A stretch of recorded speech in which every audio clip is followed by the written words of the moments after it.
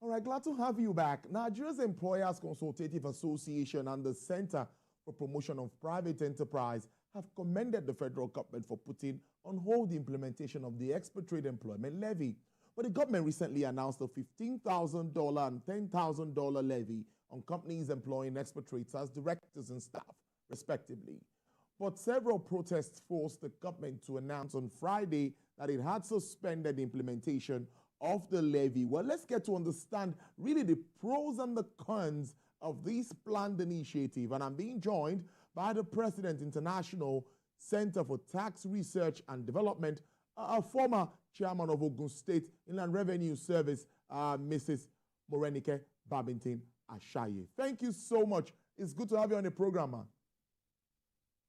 Thank you so much for having me, Tolu. Well, let's start with getting an understanding or a clear understanding of what the Expatriate Employment Levy means and how this can help the government shore up revenue, but it seems like it's another way for government to get some revenue.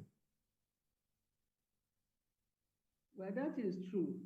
But what is important as far as any levy is concerned in generating revenue, your government must make sure that is it retaining that revenue or is that revenue going to be given away by another agency? What I mean by that is the fact that if it is a deductible expense, it means that the Federal Ministry of Interior will be collecting the money and the Federal Inland Revenue Service will be giving out the money back to the corporations.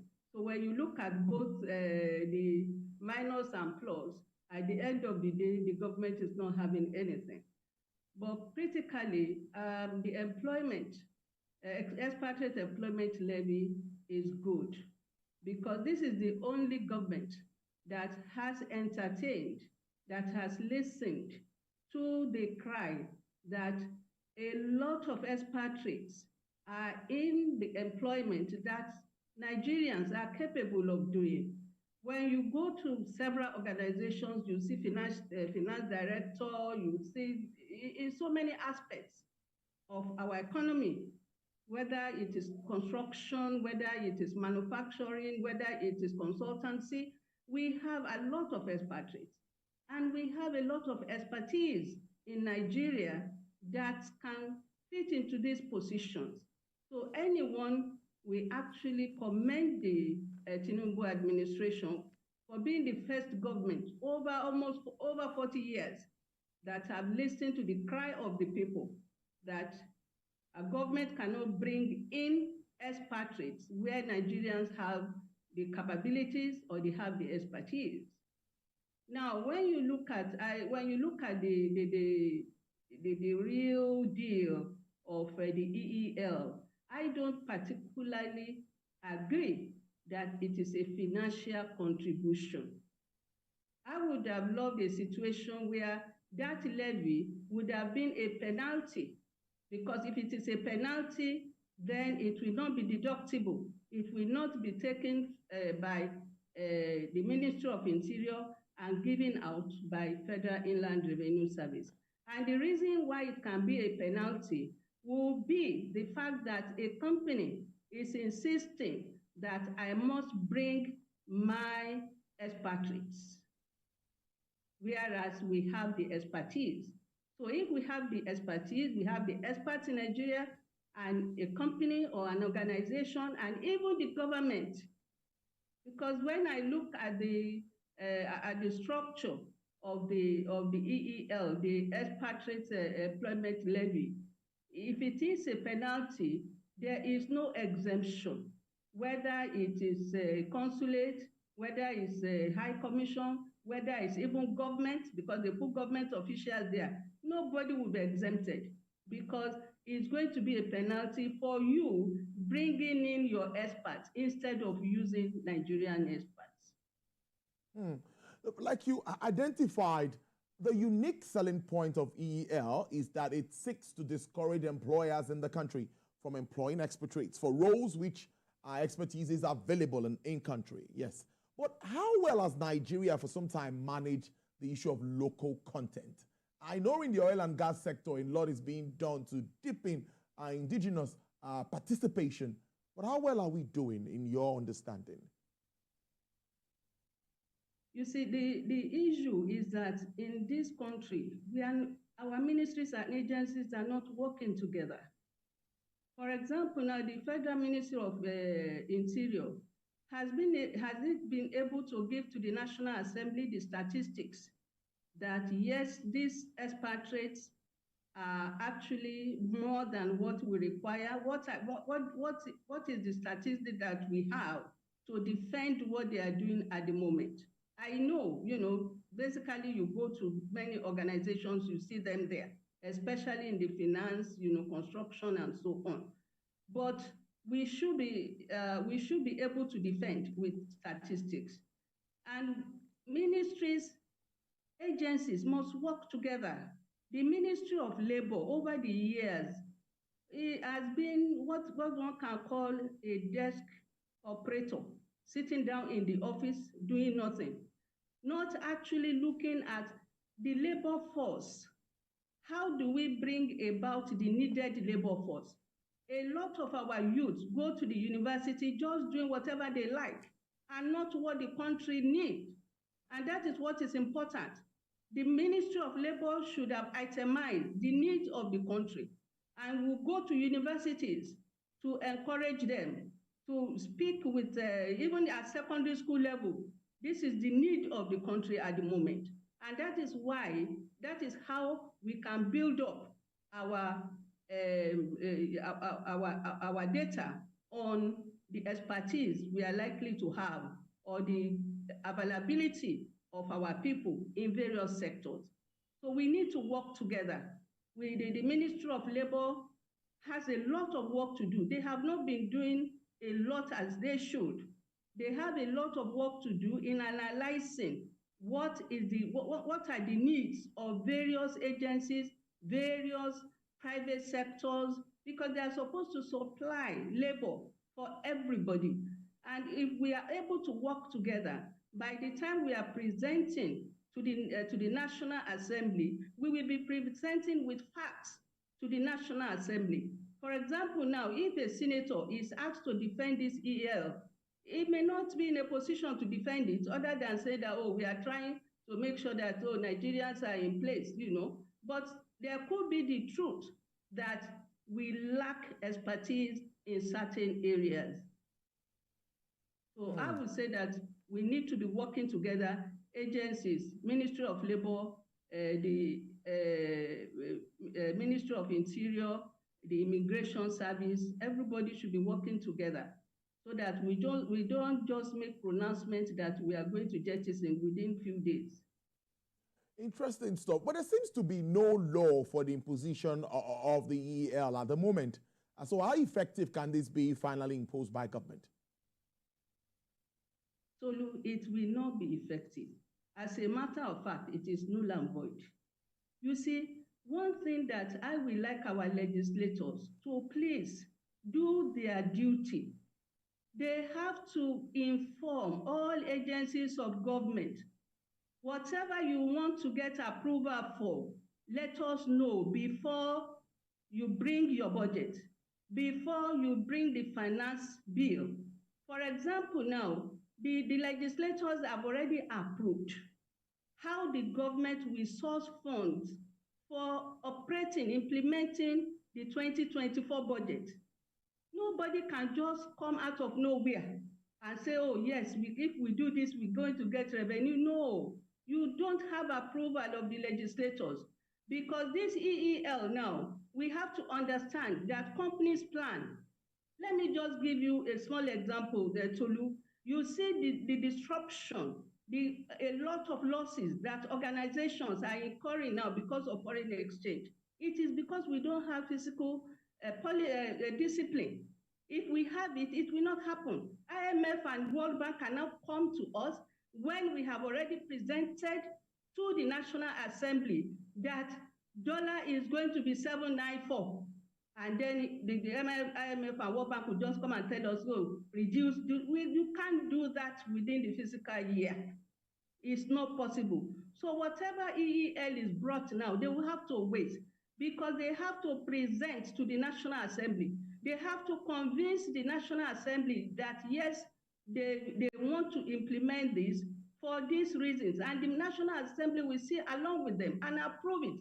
So when they are bringing the 2025 finance bill, that is, bill that will be used to operate 2025 budget, they will put it inside that bill so that the legislators can approve it. I have said over time that discretionary powers in our laws, in our regulations, in our act should be cancelled by the National Assembly, so that there's no minister, no commissioner will wake up one day and say, oh, that's the import duty, which is 10 naira, you are now going to be paying 100 naira. No, that shouldn't happen. Fiscal policy discipline is important. Once National Assembly has approved something, you can't do but to go along with what has been approved. But now that the government has decided to review this directive, we see pressure from the likes of NASIMA, NECA, MAN, LCCI, all of them. We've seen press releases, we've seen comments all around. Now that this has happened, what do you make of the decision, particularly with the fact that Nigerians believe so much, like we've said, in some sectors, we surely need these expatriates? Well, I think we have a listening government. That's a plus for the government. But this wouldn't have happened if it has been forwarded to the National Assembly. The National Assembly could have called the private sector, the organized private sectors, and asked about what they feel before it is passed into law. But now that they have decided to review, it is good. We have a listening government. But what is important is that this EEL, if it's going to happen, must be a penalty for not using Nigerian experts. Look at the construction industry. There's some, when government is talking about private PPP, there's some government, what do you call them now, private sectors that will come from abroad, and they will insist, even if it is building a house, they will bring all the employees, all the technical employees. That is why I said, if it's going to be a penalty, then nobody is going to be exempted. Not even any government official will be exempted. And that is the way it should be.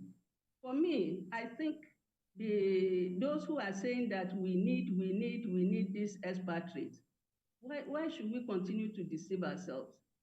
All these organized private sectors, if we know we need all these expatriates, why have they not gone to universities to contribute to expenses of the universities to bring about the kind of expertise we need? That is what is done abroad.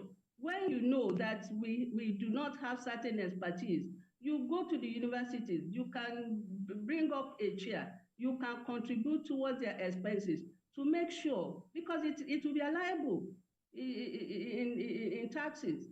So that is what all these organized private sector should be doing. You cannot continue to be asking expatriates to come and work where Nigerians are available. How many of these countries allow our people to go and work the way expatriates come to work here? You see, we have to think about, how is it reciprocal? If we continue bringing people from US, how many people have, in the same capacity from Nigeria can go and work there? So we must balance. The private sectors, they have a duty to tell government when we need expertise. Oh, let us establish this discipline in this university. Let us establish this discipline in technical colleges. That is their role. And they can contribute as part of their own social responsibility. Interesting stuff. Now, before I let you go, your candid advice to government, of course, government is looking for opportunities to generate more funds from the non-oil space to support government projects at this very critical time. So what would you be advising government to look at? FRS has an ambitious figure for the year 2024. Well, Tolu, if we have to be frank and honest with ourselves, why is it difficult for government to look into all monies that have been embezzled by government officials, ministers, presidents, commissioners? The money is available there. They built houses. They bought houses outside the country. You cannot do, the government cannot be doing anything against what the legislators have approved now. So what they should look at is where the money is and where they can get the money out. You can imagine a public officer under Buhari telling us that she mistakenly stole 33 billion naira. Mistakenly, not 33 naira or not 33,000 naira. She mistakenly stole 33 billion. So the money is there. That is where they should look at to bring to recover all those losses in the hands of officials, ministers. We know that there are ministers who build houses in Dubai, who have so many houses in London, who have so many houses in US. This is where they should, all those unexplained income. That is where the government should look at now. And thank God the government is already working on certain issues, the one that is being covered by Obaise, which is good. That is where they should make sure that that money comes out. And also, those bank officials, those corporations that owed government money and they have not paid back, let the government run after them, please. We should not inconvenience people. We should not inconvenience organizations. No, Anna. Yes. All right, I must thank you so much for your time. She's the president of International Center for Tax Research and Development, also a former chairman of Ogun State Inland Revenue Service. I've been speaking to Mrs. Morenike Babintina Shai, giving insights into issues around the expatriate employment levy and what it means for Nigeria. Thank you so much. It's good to see you, man. Enjoy the rest of your day.